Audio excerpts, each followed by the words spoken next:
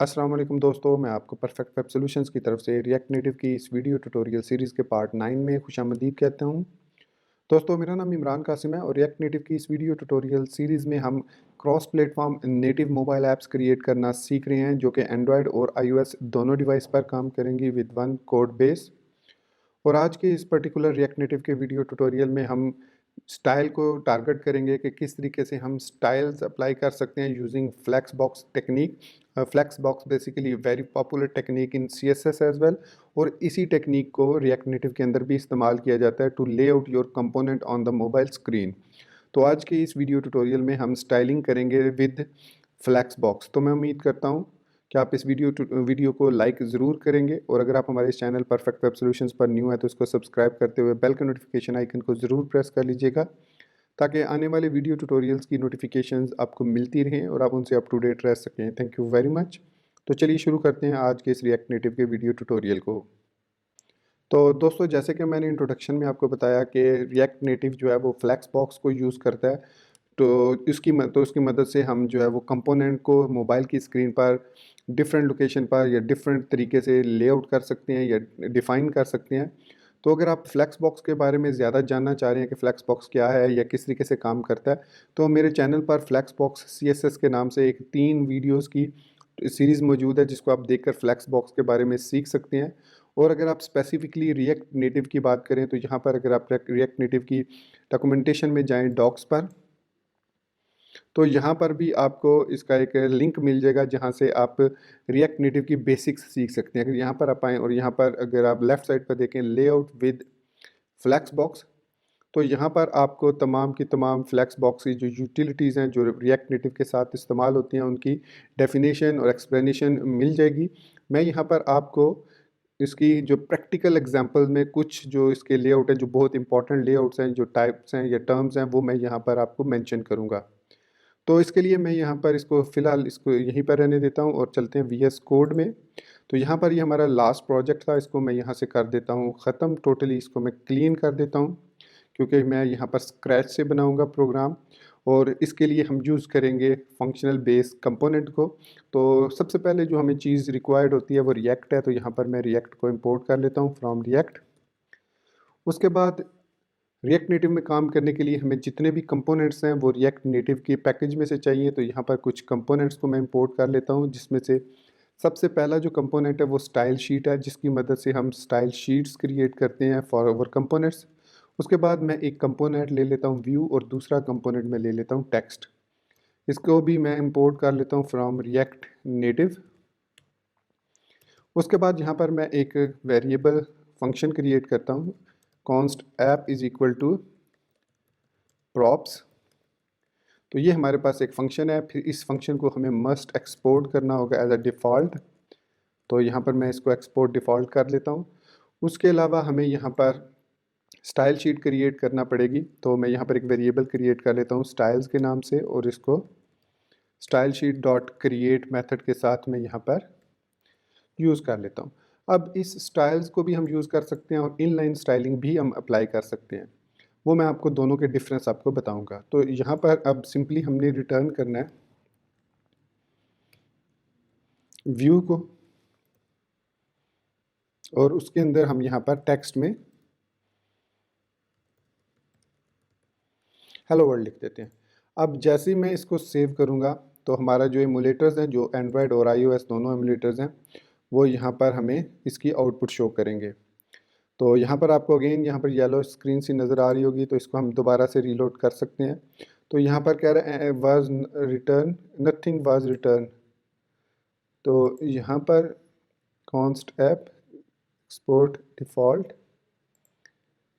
तो यहाँ पर प्रॉप्स, और ये हमारे पास रिटर्न हो तो रहा है व्यू, और हमारे पास यहाँ पर, तो इसको हाँ ठीक है, इसको हम एक दफ़ा ना रीलोड कर लेते हैं। तो यहाँ पर रीलोड किया, ये बटन लगा हुआ है, और इसके बाद हम इस पे भी इसको शेक करके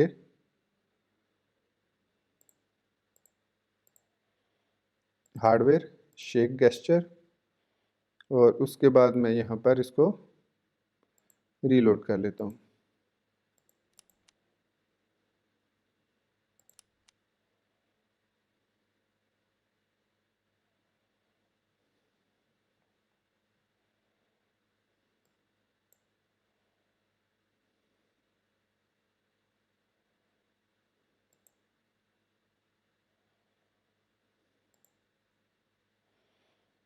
तो यहाँ पर ये ऑटोमेटिकली आई डोंट नो क्यों ये इसको एक्सपेंड कर रहा है नोड मॉड्यूल्स को, ये मैंने तो नहीं किया था। खैर एनीवेज, यहाँ पर मैं ऐप में दोबारा आ जाता हूँ और होपफुली अब ये दोबारा से यहाँ पर ओपन हो जाएगा। तो लेट्स सी।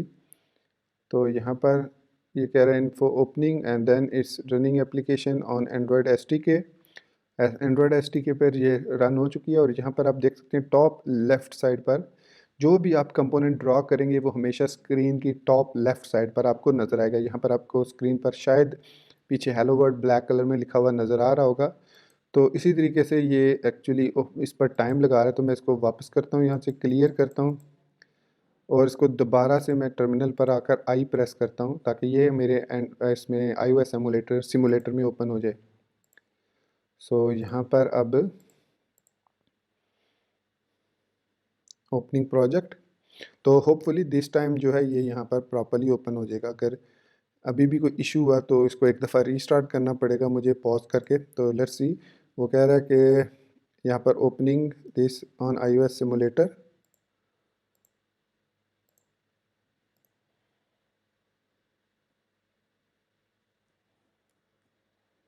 तो ये लीजिए दोस्तों, हमारे जो iOS है उस पर भी ये ओपन हो चुका है और यहाँ पर आपको टॉप लेफ़्ट साइड पर हेलो वर्ल्ड लिखा हुआ नज़र आ रहा होगा। तो ये है विदाउट स्टाइलिंग। इस तरीके से हमारी जो स्टाइलिंग है वो जब भी आप कोई कंपोनेंट ड्रॉ करेंगे स्क्रीन पर तो वो टॉप लेफ़्ट साइड पर ही आपको मिलेगा और वहाँ से फिर हम उसकी स्टाइलिंग करते हैं।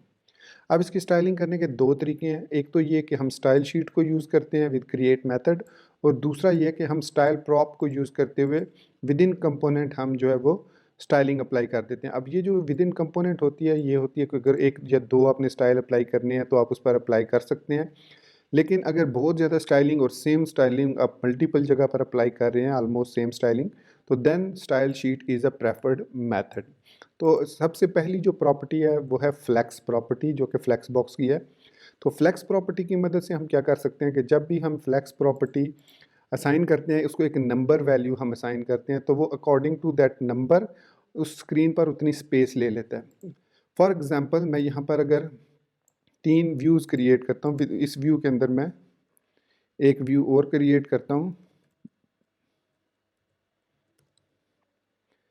और इस व्यू को मैं डुप्लीकेट कर लेता हूँ 3 दफ़ा टोटल और इसको मैं सेव करता हूँ।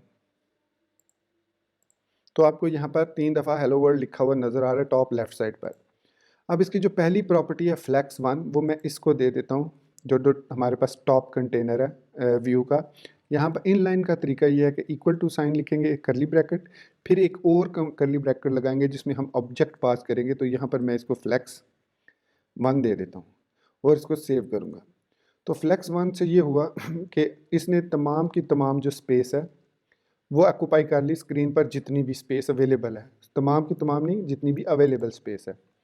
उसके बाद इसी स्टाइल को मैं अगर मल्टीपल जगह पर अप्लाई करता हूँ, इसको यहाँ से कॉपी करता हूँ, यहाँ पर भी अप्लाई कर देता हूँ, यहाँ पर भी अप्लाई कर देता हूँ, यहाँ पर भी अप्लाई कर देता हूँ, सेव किया। तो अब आप देख सकते हैं ऑटोमेटिकली इन तीनों व्यू ने, जो यहाँ पर मैंने व्यूज़ क्रिएट किए हैं, इन तीनों ने अपनी अपनी मतलब जितनी हाफ हाफ स्पेस इवनली इन्होंने 3 में डिस्ट्रीब्यूट कर ली। अगर मैं एक व्यू और लगाऊंगा अगर यहाँ पर और इसको सेव करूँगा, तो इन चारों ने इक्वली डिवाइड कर लिया स्पेस को अपने दरमियान।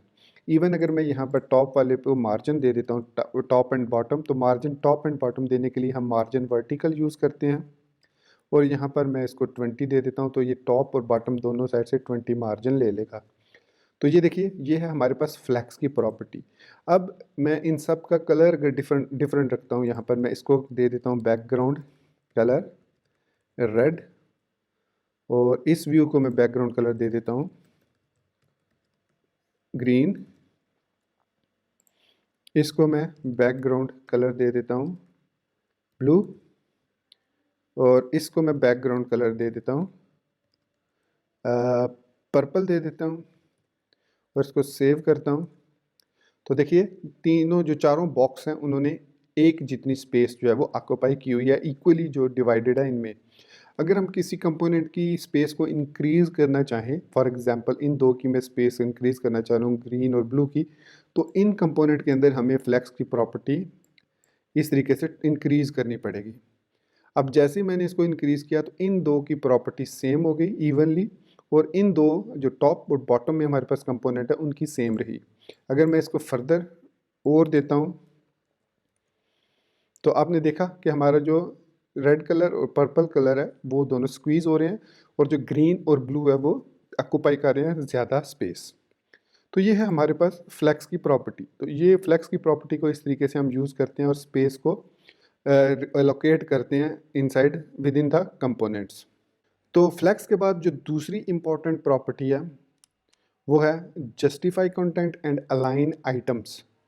लेकिन उससे पहले मैं यहाँ पर बता दूं कि जो रिएक्ट नेटिव के अंदर हम स्टाइलिंग यूज़ करते हैं उसमें कैमल केस हम कलर, जो CSS में हम बैकग्राउंड डैश कलर लिखते हैं तो उसको बैकग्राउंड और फिर उसके बाद कैपिटल C यूज़ करेंगे कलर का, और डैश उसमें से ओमिट कर देंगे। तो इस तरीके से जितनी भी स्टाइलिंग है जो CSS में हम यूज़ करते हैं, फ़ॉन्ट कलर हो गया, फ़ॉन्ट का साइज़, टेक्स्ट लाइन वगैरह वगैरह, जितनी भी प्रॉपर्टी हैं उनके साथ टेक्स्ट डैश जिसके साथ आ रहा है उसका जो नेक्स्ट वर्ड होगा वो कैपिटल कर देंगे। सो बैकग्राउंड के बाद डैश है तो डैश को ख़त्म करके जो नेक्स्ट कलर है उसका C कैपिटल कर दिया मैंने। तो इस तरीके से हम स्टाइलिंग यूज़ करते हैं इन रिएक्ट नेटिव। तो आपने जो भी CSS की स्टाइलिंग देखनी है कि उसको कैसे मैंने कन्वर्ट करना है, तो ये पैटर्न आपने याद रखना है कि उसका पहला वर्ड स्मॉल में ही आएगा, उसके बाद जो डैश होगी उसको ख़त्म करना है, और डैश के बाद जो नेक्स्ट करैक्टर होगा उसको कैपिटल कर देना है। So that's it. उसके बाद आप उसको अप्लाई करेंगे। तो मैं बात कर रहा था कि नेक्स्ट जो दो प्रॉपर्टीज़ हैं वो है जस्टिफाई कंटेंट और अलाइन आइटम। तो जो जस्टिफाई कंटेंट है वो मेन एक्सेस पे आपके सेंट्रल लाइन मतलब अलाइन करता है कंटेंट को या चाइल्ड एलिमेंट्स को, जबकि जो अलाइन आइटम्स है वो क्रॉस एक्सिस पे काम करता है।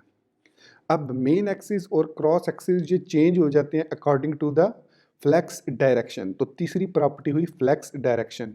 तो यहाँ पर मैं मेंशन कर देता हूँ कि हमारे पास है फ्लेक्स डायरेक्शन, उसके बाद है जस्टिफाई कंटेंट, उसके बाद है अलाइन आइटम्स। तो ये हमारे पास तीन जो है वो प्रॉपर्टीज़ हैं आप जिनकी मदद से एलिमेंट्स को अलाइन कर सकते हैं ऑन द स्क्रीन। इसके अलावा हमारे पास एक और प्रॉपर्टी है पोजीशन।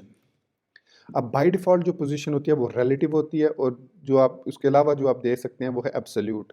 सो दो ही हम पोजीशंस दे सकते हैं इसमें, एक रिलेटिव और एक एब्सोल्यूट।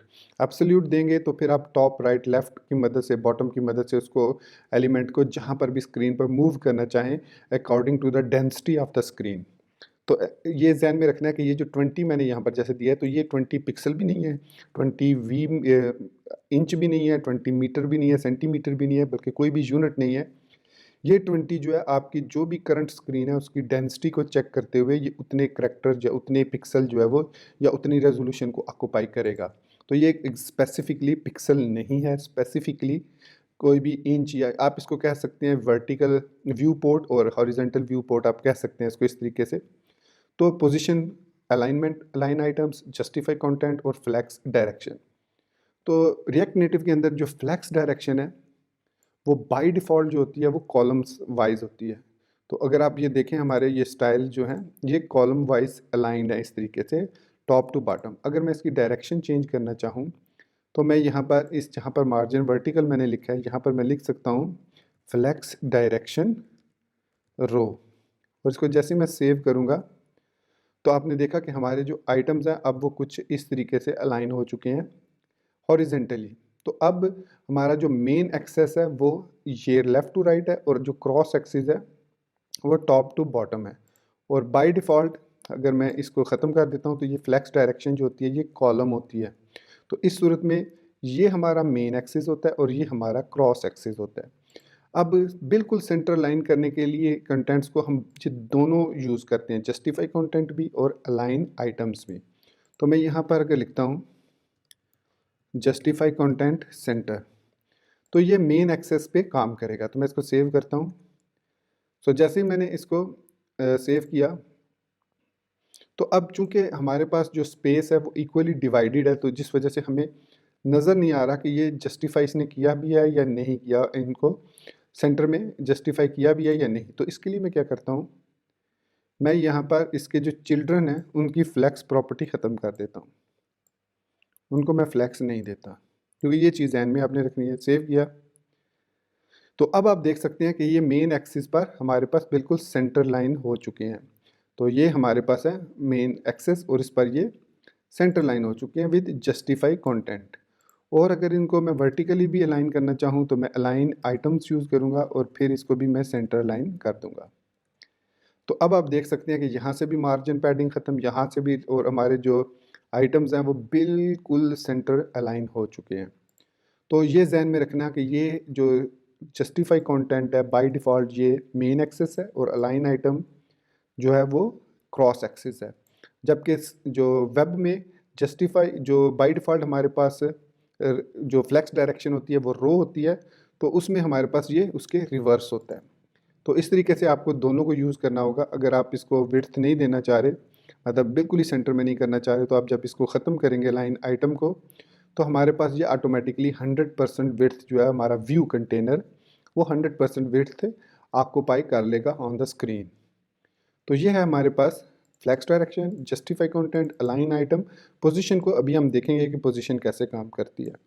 तो इसके अलावा इन तीन के अलावा मतलब फ्लेक्स डायरेक्शन, जस्टिफाई और लाइन आइटम के अलावा हमारे पास कुछ और प्रॉपर्टीज़ भी हैं। अच्छा, इसकी कौन कौन सी प्रॉपर्टीज़ हैं वो आप यहाँ पर डॉक्यूमेंटेशन में आकर देख सकते हैं कि यहाँ पर आपको फ्लेक्स डायरेक्शन का भी मिल गया, लेआउट डायरेक्शन का भी मिल गया, फिर जस्टिफाई कंटेंट का भी आ गया। तो यहाँ पर आपको कुछ एग्जांपल भी देखने को मिल जाएंगी। ये देखिए अलाइन सेल्फ भी है हमारे पास, अलाइन कंटेंट भी है, और उसके अलावा अब्सोल्यूट और रिलेटिव, फिर विड्थ और हाइट भी हम सेट कर सकते हैं कंटेंट की। तो ये हमारे पास मेन, अब रिएक्ट नेटिव के अंदर हम फ्लैक्स को यूज़ करते हैं, फिर उसके बाद फ्लैक्स डायरेक्शन को, फिर जस्टिफाई कंटेंट को, फिर अलाइन आइटम्स को और पोजीशन को यूज़ करते हैं to align over content on the screen. तो अब हम बात करते हैं पोजीशन की। तो पोजीशन बाय डिफ़ॉल्ट जैसे मैंने कहा था कि पोजीशन इनकी रिलेटिव होती है, लेकिन अगर हम किसी भी कंटेंट की, फॉर एग्जांपल ये है, मैं इसकी स्टाइल पर जाकर पोजीशन एब्सोल्यूट कर देता हूँ और इसको सेव करता हूँ और इसको मैं ओपन किया दोनों स्क्रीन्स पर, तो आप देखेंगे कि हमारा जो कंटेंट है वो कहीं पर भी आपको नज़र नहीं आ रहा होगा और यहाँ पर 3 हेलो वर्ल्ड नज़र आ रहे हैं। अब वो किधर गया, उसके लिए हमें क्या करना पड़ेगा, यहाँ पर top bottom left right use करना पड़ेगा। तो मैं कहता हूँ टॉप 200, लेफ्ट 150 और सेव। जैसे मैंने ये लिखा तो ये देखिए हमारे पास यहाँ पर ये कंटेंट आ गया। ये करंट जो भी पोजीशन थी, ये वाली पोजीशन यहाँ से यहाँ पर आ गया। तो अब मैं इसको अगर 100 टॉप से दूंगा तो ये जो है थोड़ा सा ऊपर हो जाएगा। तो 100 दिया, सेव किया, तो देखिए यहाँ से ये ऊपर चला गया। अगर मैं इसको टॉप से 0 देता हूँ तो ये देखिए बिल्कुल ही ये इसके बैक साइड पर चला गया और इसने बिल्कुल पोजीशन को निगलेक्ट कर दिया। अगर मैं 10 देता हूँ तो यहाँ पर थोड़ा सा वो नीचे आना शुरू हो जाएगा। तो अगर मैं 50 दे देता हूँ तो ये देखिए यहाँ पर अब ये हमारे पास हमें नज़र आ रहा है। अगर मैं इसको माइनस में भी दे सकता हूँ, -50 कर देता हूँ, तो ये ऊपर की तरफ चला गया। तो इस तरीके से हम एब्सोल्यूट पोजीशन देके किसी भी एलिमेंट को स्क्रीन पर किसी भी जगह पर प्लेस कर सकते हैं आसानी के साथ। तो अगर मैं इसका, अगर सपोज़ किया मैं इसका हार्डवेयर रोटेट लेफ़्ट करता हूँ, तो देखिए हमारी जो एप्लीकेशन है वो बाय डिफ़ॉल्ट जो है वो पोर्ट्रेट मोड पे है। तो इस वजह से यहाँ पर उसको कोई फ़र्क नहीं पड़ा, क्योंकि ऐप डॉट जेसन के अंदर यहाँ पर हमने डिफ़ाइन किया हुआ है कि हमारी जो एप्लीकेशन है, यहाँ पर ये देखिए ओरिएंटेशन हमारी पोर्ट्रेट है, लैंडस्केप नहीं है, इसलिए वो हम इसकी ओरिएंटेशन अगर चेंज भी करेंगे तो भी हमें कोई प्रॉब्लम नहीं होगी। ये देखिए मैंने इसकी ओरिएंटेशन चेंज की, थोड़ा सा ये टाइम लगेगा। वो देख सकते हैं ओरिएंटेशन चेंज होने के बावजूद हमारा जो लेआउट है वो उसी तरीके से। तो ये हम बाद में डायनामिकली देखेंगे किस तरीके से ओरिएंटेशन को हम चेंज भी करेंगे और उसी के हिसाब से कंटेंट को भी डिस्प्लेसमेंट करेंगे। तो खैर एनीवेज ये है हमारे पास फ्लैक्स, और इस तरीके से हम फ्लैक्स पर आइटम्स को डिफ़ाइन कर सकते हैं। अब ये जो हमने फ्लैक्स डिफ़ाइन किया है, अगर मैं इसकी विड्थ और हाइट डिफ़ाइन कर देता हूँ, सपोज़ मैं इसको कहता हूँ विड्थ 200, हाइट 200 और फ्लैक्स मैंने 1 नहीं दिया, तो अब आप देखेंगे कि ये टॉप लेफ़्ट साइड पर अगेन चला गया और इसने उतनी ही विड्थ और हाइट ले ली। मैं इसका कलर भी बैकग्राउंड कलर ग्रे कर देता हूँ। आई थिंक GRAY ग्रे होता है। तो ये देख सकते हैं आप, इसने सॉरी आपने देखा कि इस इतनी विड्थ ली 200 बाय 200, और उसके अंदर फिर उसने एलिमेंट्स को सेंटर लाइन कर दिया क्योंकि हमने जस्टिफाई कंटेंट यूज़ किया था। और बाय डिफ़ॉल्ट जो हमारा व्यू होता है, जो व्यू कंटेनर है, ये हमेशा इसी को हम यूज़ करते हैं to layout contents on the screen. तो इस तरीके से हम फ्लैक्स बॉक्स के साथ रिएक्ट नेटिव में फ्लैक्स बॉक्स CSS को यूज़ करते हैं with the help of flex property, flex direction property, justify content, align items.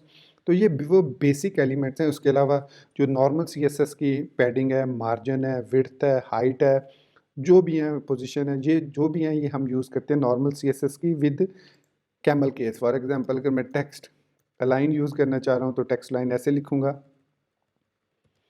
Text align. और इसी तरीके से टेक्स्ट ट्रांसफॉर्म, तो मैं इस तरीके से लिखूँगा। तो ये हैं हमारे पास CSS की प्रॉपर्टीज़। बाकी आप डिटेल एक तो यहाँ पर देख सकते हैं, ओके। और उसके अलावा आप हमारे चैनल पर भी जाकर सर्च कर सकते हैं flex box CSS by Perfect Web Solutions. तो वो 3 वीडियो ट्यूटोरियल्स हैं। उसमें अगर हमने जस्टिफाई कंटेंट को इस तरीके से लिखा है, जस्टिफाई कंटेंट, इस तरीके से हम वेब CSS के अंदर जस्टिफाई कंटेंट को लिखते हैं, और इस तरीके से हम रिएक्ट नेटिव के अंदर जस्टिफाई कंटेंट को लिखेंगे। और same goes for align items. हम अलाइन आइटम्स का भी ए इसका स्मॉल लेटर में होगा, मैंने यहाँ पर कैपिटल लिखा है, लेकिन यहाँ पर आप देख सकते हैं कि अलाइन आइटम मैंने जो यूज़ किया है वो पहला लेटर स्मॉल है। तो ये ध्यान में रखिएगा। इसी तरीके से हम जो है वो अब ये वो कुछ कोर कॉन्सेप्ट्स हैं फ्लैक्स बॉक्स CSS के। मैं अब इस वीडियो को ज़्यादा लेंथी नहीं करना चाह रहा, और आप हमारे कम्युनिटी सेक्शन में मेरी वो पोस्ट भी देख लीजिए जिसमें मैंने बताया था कि टिल नेक्स्ट वीक आप वो चीज़ बिल्ड करेंगे using this types of styling.